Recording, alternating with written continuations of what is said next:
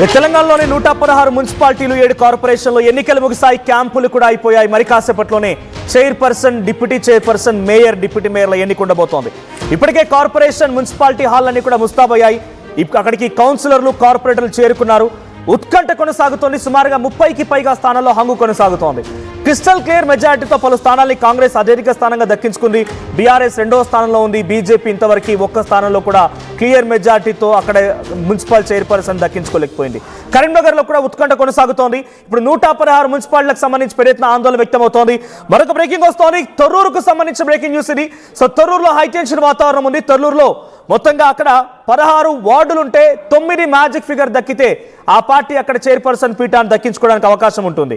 కానీ ఇక్కడ BRS party 9 గెలిచింది, కాంగ్రెస్ కేవలం 6 గెలిచింది. అయినప్పటికీ ఉత్కంఠ కొనసాగుతోంది.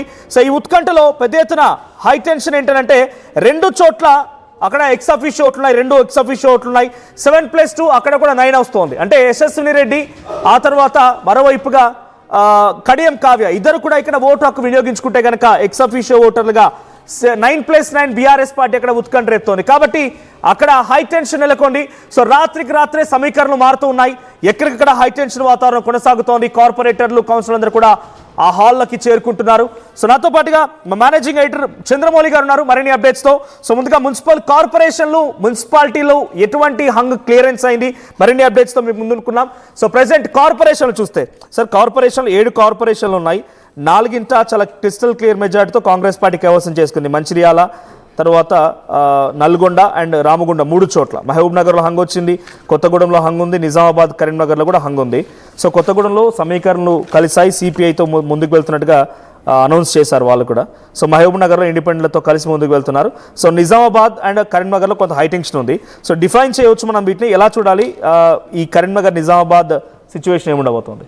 మనోజ్, మున్సిపల్ ఎన్నికల క్లైమాక్స్ అనేది ఇప్పుడే స్టార్ట్ అయింది.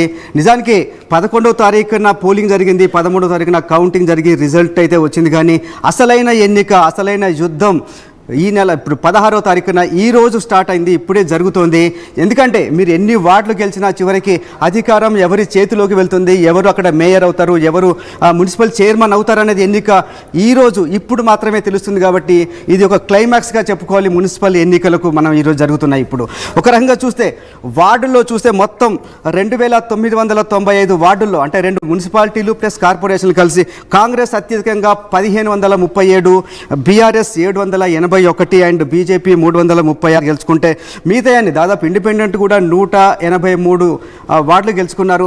ఇప్పుడు ఎన్ని వార్డులు గెలుచుకున్నా కూడా చివరికి ఎవరి చేతిలోకి అధికారం వెళ్తుంది అనేది చాలా ఇంపార్టెంట్. కాబట్టి ఇప్పుడు ఒక రకంగా చెప్పండి, కొన్ని మున్సిపాలిటీల్లో ఒక యుద్ధ వాతావరణం కనిపిస్తోంది. చాలా విచిత్రమైన కాంబినేషన్లు కనిపిస్తున్నాయి. సొంత పార్టీలో గెలిచిన వాళ్ళే పక్క పార్టీలోకి, ప్రత్యర్థి పార్టీలోకి వెళ్ళిపోతున్నారు.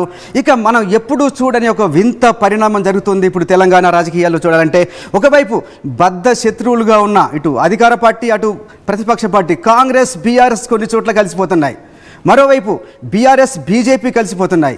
జాతీయ స్థాయిలో చూస్తే బీజేపీ, కాంగ్రెస్ ఆగర్భ శత్రువులు లేదా ప్రత్యర్థులుగా చూడాలి. కొన్ని చోట్ల ఇటు బీజేపీ, కాంగ్రెస్ కూడా కలిసిపోయి వాళ్ళ అధికారాన్ని చేజెక్కించుకున్న పరిస్థితి కనిపిస్తుంది. కాబట్టి ఇప్పటికి కూడా ఏ క్షణాన ఏం జరుగుతుందో తెలియని పరిస్థితి మనం చూస్తున్నాం. అయితే కాసేపట్లోనే పూర్తి రిజల్ట్స్ రాబోతున్నాయి.